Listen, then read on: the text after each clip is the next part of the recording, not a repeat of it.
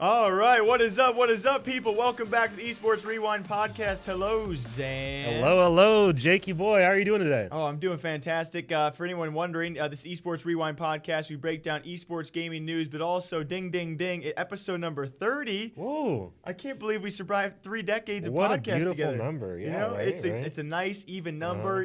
I think we're feeling pretty strong. I was actually trying to break down the facts in my head really quickly. I wish I had a stats page for all of you guys who do watch, but viewership-wise, across 30 episodes and 30-ish highlights as well, we've been viewed over 100,000 times together, Xan. So it's wild to think about like that. I was just thinking, the views have been going up. Yeah, it's great. Yeah, we're doing just fine. Weekly, by the way, Esports Rewind, breaking down the latest and craziest stuff every single week, same day, same time. Anything to say to the people before we get this rolling? You know what? As always, hey, if you like the podcast, enjoy listening to what's going on in the world of esports, hey, maybe throw us a like, drop a comment, let us know what you think. We always appreciate it, and it does help quite a bit. It certainly does. And with that being said, thank you all for watching episode 30. Now let's get her underway. All right, so Xan, I was thinking about you last night, and I mean that in the best way possible. There's really only good ways to take that, if I'm being honest. Well, I mean, I can think of a few bad ones. I was thinking about you in a good way last night. Okay. I thought about I'm listening. I'm waiting. I'm digesting. Anyway, for all you audio listeners out there, when my first subject came around, I always had to think about something that I find to be probably my biggest story of the day. That's going to be someone who's also a big personality in the scene, Nadeshot, and his content team, the Mobs. I know why you're thinking about me. This is a pre-recorded podcast, so about a week ago, when you guys are watching this, Nadeshot and his content team, I thought did something that was incredibly important and incredibly huge, and something I have not seen another esports organizational owner be able to pull off, that being a worldwide trend for an esports org content team. All came together within 30 minutes. For all of you guys who don't know the backstory, the Mob is kind of like Team Summertime, the Mob 100 Thieves, Team Summertime, NRG. They're content teams, right? Like the FaZe clan have all their creators. They just don't have a name for their creators. I would say that it's like FaZe and their girlfriends. If you want to go down that path, but obviously when it comes to content, we've talked about it time to time. I think we see more of these competitive esports organizations like 100 Thieves and more so like NRG trying to sign these content teams. The Mob is 100 Thieves. And there was a challenge out there insinuated by Nadeshot, who has supposedly countless connections. This guy is like the 10 cent of esports org owners at this point in time. Ties to Twitter, ties to Red Bull. He has been around for a good minute. You see where the sentiment of Xan is going? I'm trying to hype this up, and we'll get to his side. Pretty much it's a challenge where these guys, these 4 characters, had to stay off, and the 4 members of the Mob had to stay off Twitter for 24 hours to get verified. By the end of it, it was one member, that being Avalanche, who failed to do so, and the next day he was still unverified. Nadeshot issues another challenge to his stream and says, if we can get Verify Avalanche trending on Twitter in the U.S., and then eventually he was like, worldwide, I'll get him verified on Twitter. Eventually, within 30 minutes, this one-term Verify Avalanche, which, by the way, is for a content team in esports, was trending worldwide with tens of thousands of tweets. I told Xan about this, and he was like, kind of expected. Like, it's kind of easy. Like, no, yeah, because it is. What do you mean, dude? It's cake. Okay, in their position, it would be, if they couldn't do this, I would feel like that would be insulting almost. Because, okay, so what do you know about the Twitter verification process? I know very little. To me, it's freaking hard. I haven't. Well, are you Twitter verified? No, because there's no reason for me to be. Oh, but if there was, you would get verified. For me, it would be pretty easy. Yeah. It ain't no Twitch partnership program. I know that. It's hard. It's hard to get verified on Twitter. It isn't. It isn't. It's like I'd say it's a little bit easier than the Twitch partnership program. That's because of certain ways in which they refined it over the last few years. Last time I checked esports talk on Twitter, we ain't verified. If you got some secret power, you let me know. No, it's not secret power. It's just like, at this point, I don't know that I can make the argument to the Twitter team that we should be verified per se, but we're really close to being there. We can go into that later. But anyway, it's right now, unless something has drastically changed since in the last 6 to 8 months or so, it's just like a form, right? You fill out the form. And you say, hey guys, I'm Avalanche from 100 Thieves, and this is why I want to be verified, or whatever, right? Okay, I'm not saying the verification process was insane. I'm saying the fact they got 20,000 tweets within an hour was pretty insane for a gaming community. I would say that makes a lot of sense too. Name another esports org that's doing this right now. Oh, I can't. I absolutely can't. But that doesn't defeat the fact that it's all from a marketing perspective, it's brilliant. Don't misconstrue what I'm saying. It is a genius move. Whoever came up with this marketing ploy deserves all the 5 raises or something. But at the same time, it's so transparent, and this is the same thing. Like if you abide by Twitter trends in general, right? They started by making an event. They're gonna say, okay, for 24 hours, nobody from the mob tweets, right? Mm-hmm. Exactly how it started. Right. And then Avalanche put out like a scheduled tweet that he theoretically forgot to delete, right? Which, hey, don't know if I believe that, but no, that's neither here nor there, right? And because of that, he didn't get verified, quote unquote, right? And Nadeshot said that the challenge was mostly just it was a joke, and everybody was supposed to get verified at the same time, right? Now, if that's what was supposed to happen, I cannot think of one reason why it would not. Oh. And he's saying I exhausted all my connections. Now I get you. I did. If Twitter already gave the green light. Like, hey, you do this, we'll verify your boys, no matter really what happens. They may have not even said, hey, do this for us. He might have just been like, hey, yeah, we're a content creation organization on your platform. Obviously, all these people have tons of followers, so it just makes sense to verify them because let's be real, they have very generic names. His name is Avalanche. That's super generic. Yeah. I saw a lot of confusion between him and the Colorado Avalanche. Yeah, and the Colorado Avalanche, right? So there's tons of reason that Avalanche should be verified. So Twitter has no reason to say no, aside from the marketing thing. Yeah. Because otherwise, I agree. It's definitely stunted, right? I think I just hate. Some people know that. Yeah, I just hate that it's so transparent and that they're all acting like it isn't. Like I get it, y'all. Good on you. Genius. Calm down though. Yeah. Calm down. Yeah, I think we can definitely agree on both points. It's incredible how it was done, but also in the same fact, is it really that impressive? I don't know. Rick, now you just shot me down like per usual. You guys can leave a comment down below what you think. I do agree. It's great. Either way, difference of opinions. That's usually how we go here. Nate Shot's still doing incredible things when it comes to content and impressions. He is, I don't know how much it is Nadeshot or his team, but regardless, 100 Thieves is the smartest org in the game right now. Yep. Next up, someone else try and do it. That way we can keep on talking about it. Okay, hey Jake, I have a topic I think we can kind of agree on. Ooh, it's just now this will be something. Cool, yeah. A rarity, one might say. Anyway, so League of Legends has announced that they are releasing ranked merch. So if you hit a certain rank in competitive, I did see this. Yeah, then you can get like a T-shirt or a jacket with your rank, like the icon associated and your player name on it. And I'm so happy to see this. This is such a great move. What are you? Yeah, me too. For sure. Keep going. So I always interrupt you. No, you're fine. I'm curious. Okay, because that's the crux of the story. That is the meat of the story. If you play League, then hey, you can get a really cool jacket that says, "Hey, I did a thing this season," which is an accomplishment. Yeah. To walk around with a jacket that says platform. So give me your general consensus. You think it's a very cool aspect? I think this is a great move. I love to see companies finding ways to reward player success in ways that aren't scummy. You see, you guys can leave your thoughts on this because I think other games maybe have done, at least other games have merch, right? When it comes to breaking down of individual ranks, I don't know. I have a couple thoughts. Our team leader here, Maj, what we call him, he has a Smite jacket. I've never once seen him in that Smite jacket and gave him a compliment. And I mean that in the nicest way. I don't think anyone has. He himself makes fun of himself when he wears that thing to try and be warm. It's a Smite jacket. Okay, League of Legends is a bit more world renowned. Let's be honest. It's bright purple. We have 8 million concurrent players versus 6,000. It's obviously a big difference. But past that, my second thought is, it's still a bit nerdy along those. It's still a video game, right? Third thought goes right to the fact: who out there is going to be wearing around a bronze or an iron jacket or long sleeve and think, you know what, this is a good call today. I didn't say the designs were good. The concept is good. The designs are trash. The designs, like if you look at what Destiny 2 did, right? For if you finish a raid in Destiny 2 within the first 2 weeks, you can grab a jacket, right? Yeah.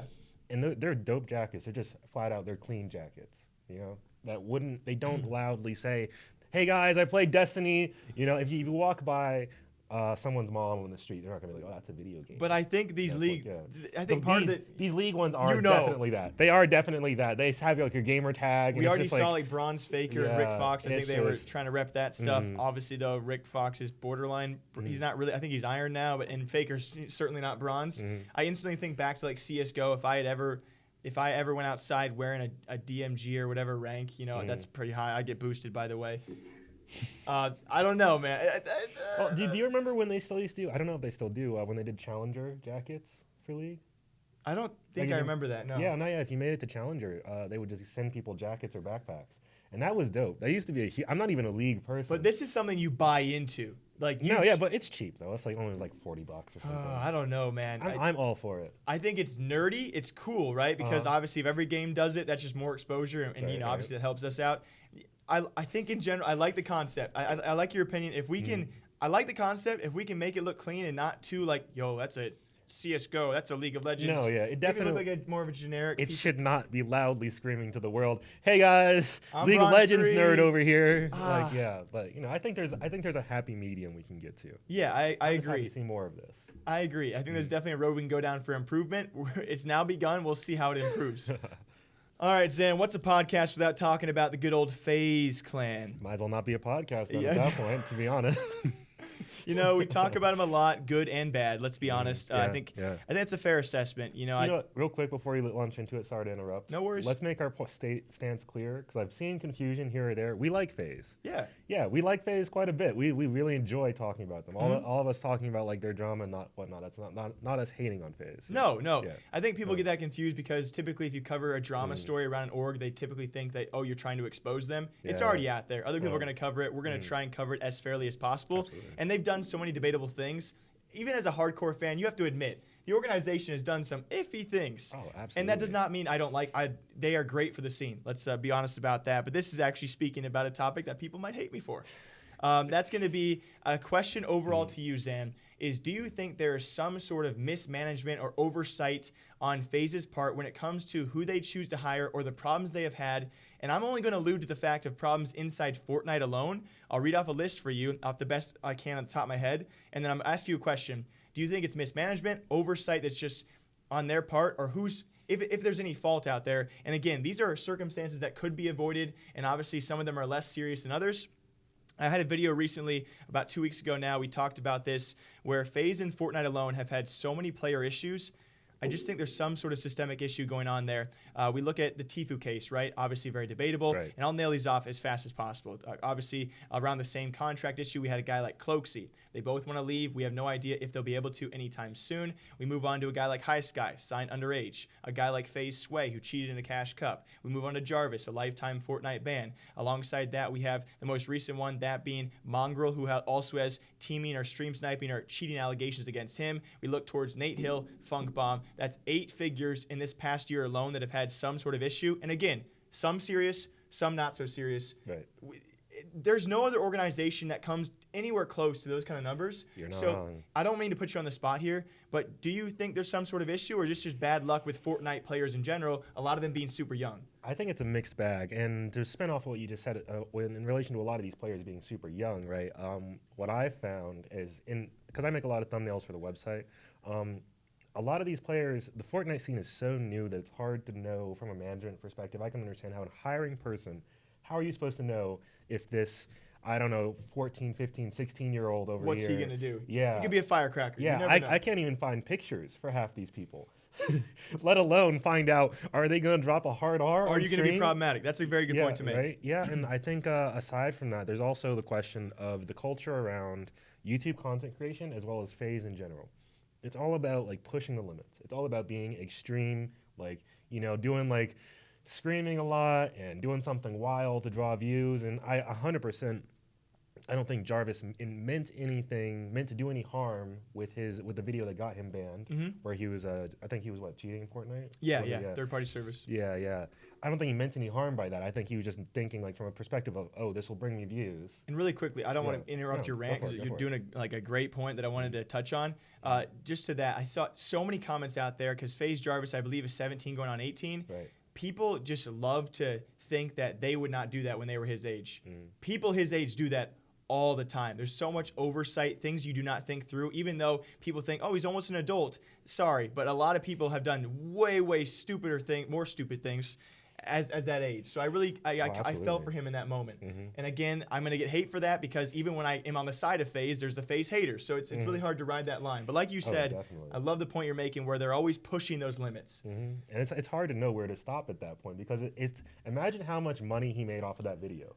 How is somebody telling you that, hey, maybe don't do that. It's bad. How do you say, well, is it really bad? I just made 50 grand. I mean, I don't know what you're saying. And FaZe, their whole image is doing that. So as a young kid, the way I like to think of it is, imagine your worst day, the most like problematic you were as a 15-year-old.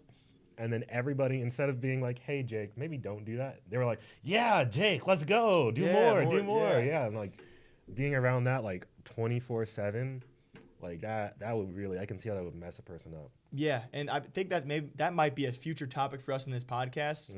As 2 points, like a kid like High Sky growing up around that, the clout and the fame and the money and all that. Who knows how he's going to turn out? I don't mean that in a bad way, but that would change anybody drastically. You are so young. You're around all these prominent figures who just go to the wall at all times. Who knows how that story's going to finish out? But one point, I think you made some great points as well. You can really defer a lot of the cases I said probably right in half. You have Jarvis, Sway, and Mongrel alongside High Sky, all within 13 to 18 years old, and they're cheating or doing things that just aren't legal in a sense. They're breaking rules. Right. Then you split the other half with the older guys, and those were kind of like, a little bit, obviously Tfue and Cloaksy, Funk Bomb and Nate Hill, those are kind of more so mishaps. That you don't really, obviously the contract issues is a whole nother issue, but there's a fine line between the kids in FaZe Clan and obviously being a part of Fortnite and the things they have done wrong, which involves more so cheating for cash. Yeah, that's an excellent point. A lot of money in front of them. Who knows if we were 13 to 18 years old and you had the opportunity to not be caught in the game cheating and you can make a couple $1,000. I don't want to be the one to say it, but that's got to be a temptation as well. Oh, so absolutely. I don't think I think, like you said, it's a mixed bag. It's weird, though, that the entire mixed bag falls under one roof. Yeah, that part might just be bad luck, to be honest. Yeah. Because, I mean, they've hired so many people. What other org has, like, so many Fortnite So many creators, yeah. At, like, such a young age, That's too. another fair point to make. Yeah. Either way, I always love going back and forth with you on the FaZe topic. What do you guys think about this? I'm not saying any organization out there is perfect, but it's always cool to analyze these internal issues and situations inside these organizations. So, Jake, interestingly enough, spinning off kind of a little bit the topic you were just talking about, what would you do if, say, you had hundreds of thousands, if not millions of dollars, and you were looking to spend a little bit illegally? Like, this money was meant for a specific purpose, and you're like, man, you know what? I'd like to put a little to the side, spend something, treat yourself, I know where you're going with this one, but I'll answer the question nonetheless. So you're saying I got hundreds of thousands, if not millions of dollars, and I can spend some of that, and hopefully no one knows where I'm spending it at? Right, yeah. A guy like me looks towards the future. I go pretty basic. I'll go stock market. I invest that-ish. Boring. No? Stock market. Now, what else would responsible choices? Nah. It's all about the future, man. But some other people don't exactly think about that. Some people kind of disagree. Yeah, but, well, anyway, there was a congressman who was recently charged with illegally spending hundreds of thousands of dollars of campaign funds, right? Just in general. Just put it from, for those of you who may not be familiar with campaign funds, because I realize that might not be the same in other countries. Oh, yeah. Yeah. So a U.S. politician, they get a certain amount of money, usually through donations or like et cetera, like stuff like that, that's supposed to be entirely dedicated to their political campaign. Right, this is to avoid stuff like money laundering and just general seediness with money, right? And this the money is locked down. You only are supposed to use it on your campaign. However, this dude was like, "Hey, you know what? My rabbits could really use some airplane tickets. My wife could really use a spa day, or I could really use $13,000 worth of video games on Steam." That's what it was. Yeah. Frick, I didn't even know the figure. $13,000. Oh, sorry, $1,300. My bad. $1,300. Yeah, but still, when you're working with like this guy's spending upwards of like $250,000 from the campaign fund. But still, that's a lot of money to spend on video games. Yeah, right. Does it detail exactly what he spent it on? No, we don't know which games. I was so curious. I was like, what are Congress people playing besides League of Legends? Because we talked about what's her name last week. So imagine if this was all V-Bucks. Oh my God! You know the stories that would break? Oh, absolutely. We don't have too much of a Fortnite audience, but still, what a killer story! Congressman about to go to jail for spending money on V-Bucks. God, it just sounds like a Kotaku article in the running right now. Yeah, absolutely. It baffles me that the things that people think they can get away with, but it's also pretty crazy to think about the things that they have gotten away with. Oh, for sure. And this is the story. This seems suspicious. This is the story we catch right now. Esports and gaming on the rise, and all of a sudden a congressperson's being called out for it. Yeah, very, very quietly too. They snuck it in there, just like, oh well, it's $250,000 and 13. Steam. Yeah, a little bit on the Steam game store. Are there any punishments for a guy who does that kind of thing? Oh yeah, absolutely. It's very possible he'll face jail time, huge fines. Does he get to keep the games? Because Steam does not have a very friendly refund Interestingly policy. enough, so once he got caught doing this, he promised he would return the money by paying from his personal funds, right? And people are like, oh, well, all right, sure, okay, fine, whatever. You're fixing the problem, right? And then instead, his wife calls the bank, is like, these are fraudulent charges. We don't know what this Steam thing is, and charged back all $1,300. Is there any way we know where it's gonna go from now? We just gotta wait this one out. Not quite yet. I mean, we just found out that he just got indicted. Man, Congress people, back-to-back weeks. Yeah. What, Alexandria Ocasio-Cortez. She's playing League of Legends. This dude's playing everything. Yeah. He's not about that free-to-play life, my guy. I'm playing whatever I want. He's trying to invest. All right, Xan. We talked about FaZe earlier and the haters that come with FaZe. I would say both sides, right? We got FaZe haters, but also FaZe supporters who kind of hate the people that. Am I making sense here anymore? I mean, I was kind of following you for a couple seconds, and all of a sudden you were just circling. Well, it's just like if I support FaZe, I get hated. If I hate FaZe, I get hated. You know? Right. Yeah. That's fair. That's fair. And along those lines, we're bringing new audiences around here, especially when it comes to streaming platforms. That's going to be Twitch versus Mixer versus YouTube versus Facebook, blah, blah. We've had a few videos out there about Mixer, and now we have the Mixer hater group, which, by the way, if I support Mixer, I get hated. If I go against Mixer, I get hated as well. Oh, absolutely. And especially with my most recent video, again, last week, was all about Ninja and Shroud, their moves just not working out. And you might have a different opinion on this one, so therefore we hopefully apply or appeal to the haters of both sides out there. So I had this video. I pretty much just showed the numbers, right?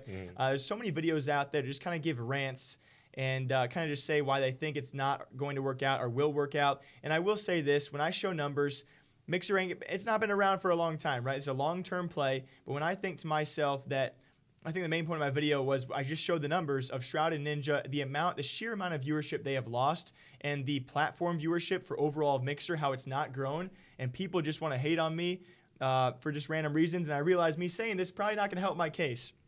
I'm just curious what you think about this as well in terms of this long-term Mixer battle.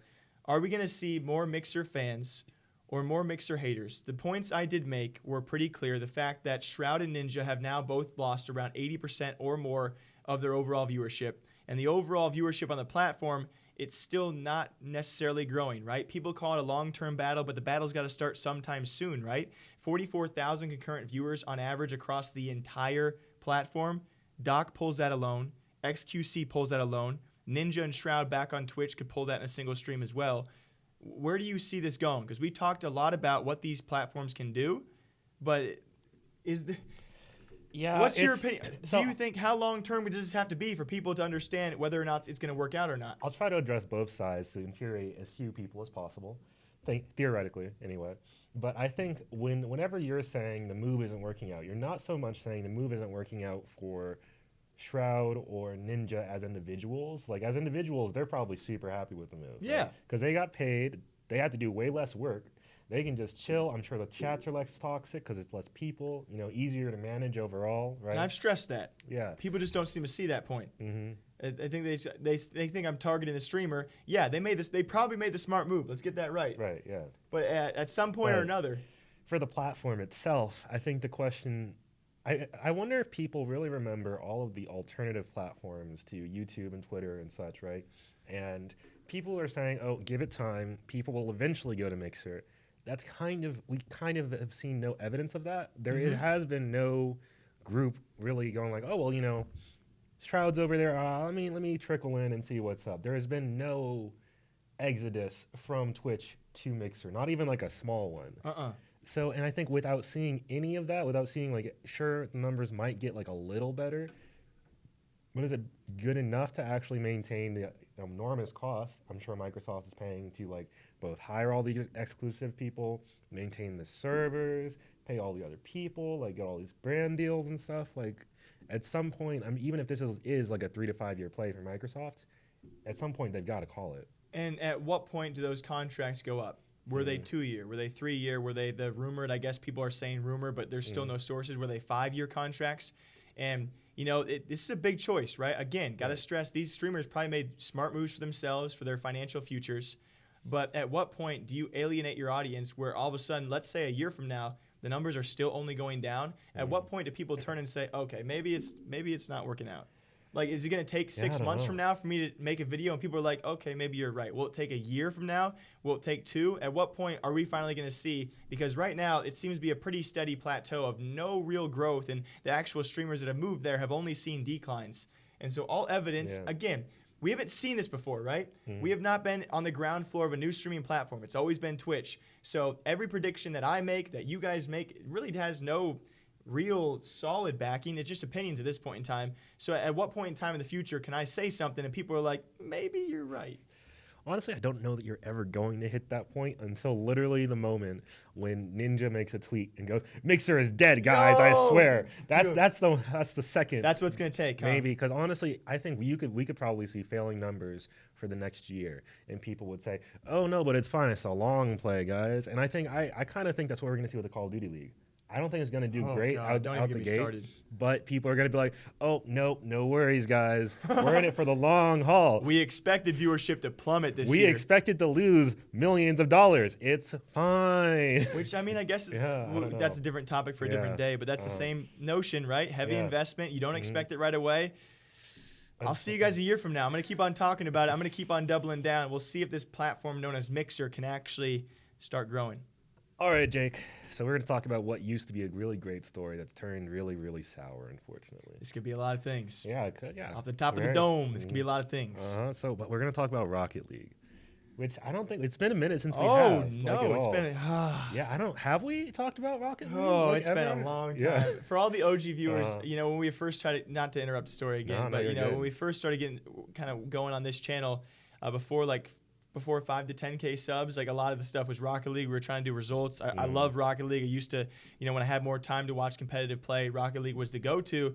Not enough drama. There's not enough hate. No one hates each other too much. People just play the game. They literally just play Rocket League. The pros in there, they play. And they're just happy. And they don't talk trash. And I think it's great competition, but we just couldn't keep up with it. But I think I know where you're going with this one. Rocket League has not been in the best of news ever since Epic Games acquired them. So what else has happened? Yeah, so we're going to talk about the Blueprints update. For those of you who may be familiar, it started out really strong. Epic Games announced they were removing loot boxes from Rocket League. And everybody was like, great, good to see, love to see it. Yeah, right? Some people, keep in mind the traders. Sorry for the traders. That sucks.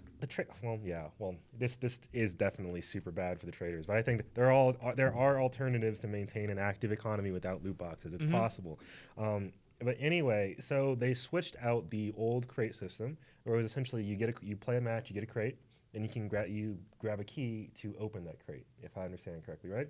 And each key was worth like a little bit more than $1, I believe that was a standard metric. Forgive us, guys. Forgive us. We're not Rocket League traders. Yeah, it's like $1 and some amount of cents or whatever. But that's how it goes for a lot of games. You can earn the cases, but you got to buy the keys. Yeah. Pretty typical. Yeah. And then people realize maybe let's just not do that, right? So Rocket League said that, hey, we're gonna have these things called schematics, so you can get specifically the item you want. You can work towards like, hey, I want this specific set of wheels instead of gambling, right? It sounds good on its face, but unfortunately, it's wound up kind of ruining the economy overall, because an item that might have previously been only worth like 1 key or less than a key even, or actually, I got an item right here. These the Zomba wheels, those are worth less than a key, and now in the new system, they are worth the equivalent of 14 keys. And so people are now like, well, it's just like, how does it get to that point? It's really tough if you're not inside the Rocket League trading scene to understand the progression of that, and only a few select channels out there do it. I always quickly try and go to like CSGO to try and understand how that's possible, but it's really hard to. And I'm not trying to defend Epic Games / Psyonix here, but it's so hard to know what the market's going to do. Like, you make one change, CSGO has seen just fluctuations. I've lost so much money on my inventory as of late, so it's hard to know that this was going to happen. But that kind of change. It's drastic. It's so drastic, though. Like less than 1 key to or less than $1 to be essentially being worth like almost 20. Mm-hmm. Like that's insane. I think if anything else, they should have been. It's not like the traders are operating on the dark net or something. And Psyonix can't just be like, oh, what's that worth? You know, they can. It probably would not be too hard for them to figure out a general range for a lot of this stuff. I mean, yeah, there were general price ranges for a lot of items, but then you think that you obviously give blueprints to the entire player base of possibilities of blueprints they can get and then work towards. You never. I don't know. That's so complicated to think off of the top of the head, at least in this discussion. Oh, yeah. So many things can happen, and so many curveballs can be thrown out there, and obviously this was a giant one. I just think all of this happening around the time that Epic Games has obviously taken them over, Item Shop, rehauled all of this entire system to avoid all of this controversy. Obviously, to me, I shouldn't say obviously, to me it seems like Epic Games had a very clear goal in mind. They saw Rocket League, they saw the economy, they saw a player base who loves items just as much and loyally as Fortnite's audience, and they thought, we can buy Psyonix and we can really cash out here. Yeah. That's just... Again, I haven't looked into it, but that's just how it feels to me. That's definitely how it comes across. Like they're milking, they'll get their money back for sure.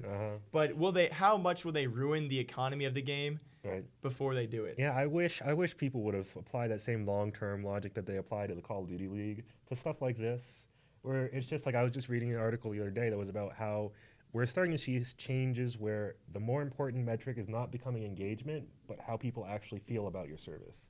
And if which obviously much harder to measure. Yeah. But if you burn your entire trading economy, who's going to want to come back and spend that 14 keys even? You know, why would they just not go to like whatever clones of games pop up all the time? And I wish we had more examples. Is this the only item it happened for, or were there more? Oh no, it's like everything. I mean, like everything is like kind of like trash. I don't want to get called out for if it wasn't as big as it had to be. I looked into it a good bit. I'm not a Rocket League person. So Zombas, I just picked out one name because it seemed to be like really popular in the game. Yeah. But yeah, it seems to be a widespread issue. The entire community is kind of very unhappy. Which I mean, hey, I don't blame them. Epic Games is $1 billion company, right? Yeah, I'm very curious. We'll probably come back, maybe not this year, but next and see. Because I know for sure throughout 2018, 2019, we look at Rocket League viewership. It was an emerging esport. Viewership was, I think, tending to go upwards. And so I'm very curious how, ever since the acquisition by Epic Games of Psyonix, how the player base will be. Because when you hurt an economy, you really hurt a game. I know you've always been a proponent of not wanting cases and loot boxes and such, but when it comes to having an in-game economy and trading system, that does bring a huge player base with it. And like you said, if you're going to frick that up, players will quit, they'll leave, they'll stop watching along with it. And so we'll see if this move does hurt Rocket League as a game. Epic Games, they might be getting their money's worth, but we'll see long-term how this does affect it. And I think it certainly will have one. Yeah, I'm predicting they walk this back within the next 2 weeks. And I think a lot of people, from what we heard, I hope so too. Yeah. All right, episode 30 now wrapped and done, Xan. As per typical closing podcast statements for you. Yeah, as always, if you're watching the video podcast on youtube.com, at Esports Talk, if you want to listen to us on the go, you can also check us out via the Prediction Esports Talk Show Network. On your favorite, podcast app of choice, iTunes, Spotify, we're all over the place, Yeah, we are. Just hit us up on the Esports Rewind. If you're listening to the audio version of the podcast, thank you. We appreciate you. As always, don't forget to like, comment, subscribe. Check out the website. Check out the YouTube channel. We got big things hopefully coming for end of 2019, 2020. Huge. Watch out for the Esports Rewind. Better than the YouTube Rewind. Yes. Sure. Okay. Yeah. For anyone still watching, we just got big things coming, guys. Yeah. Just big news. Stick with us. All right? Stick with us. Anything else, Dan? Twitter. Always, as always, we love getting your DMs. Believe if you could see our queue, it is we get a bunch and we love getting them. We love hearing from you guys. If you want to say leave a comment, as always, send us a story. Please do hit us up on Twitter. Yeah, y'all always send support and stories through Twitter DMs. We do appreciate that. But real quick, very interesting stuff. Man, you got some closing words. We had an hour and a half long meeting about plans the other day. Yeah. So there's a lot going on. Stay tuned. But anyway, also Instagram, keep an eye out. We're going to be doing big things over there. We're trying our best. Yeah. We are stretching ourselves thin, but we're making it work. So that's it from me. Until next time, guys, we hope you all enjoy the Esports Rewind podcast, episode number 30. Here's to 30 more. Until then, take care of yourselves. Bye-bye.